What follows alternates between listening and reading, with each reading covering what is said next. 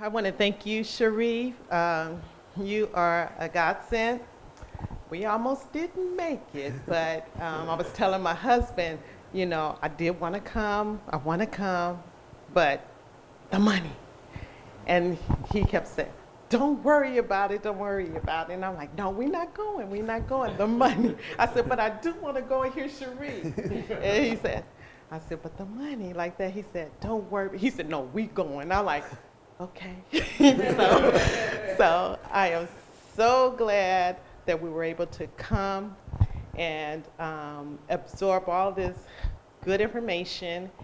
And it gave me a different outlook on life, a different mindset.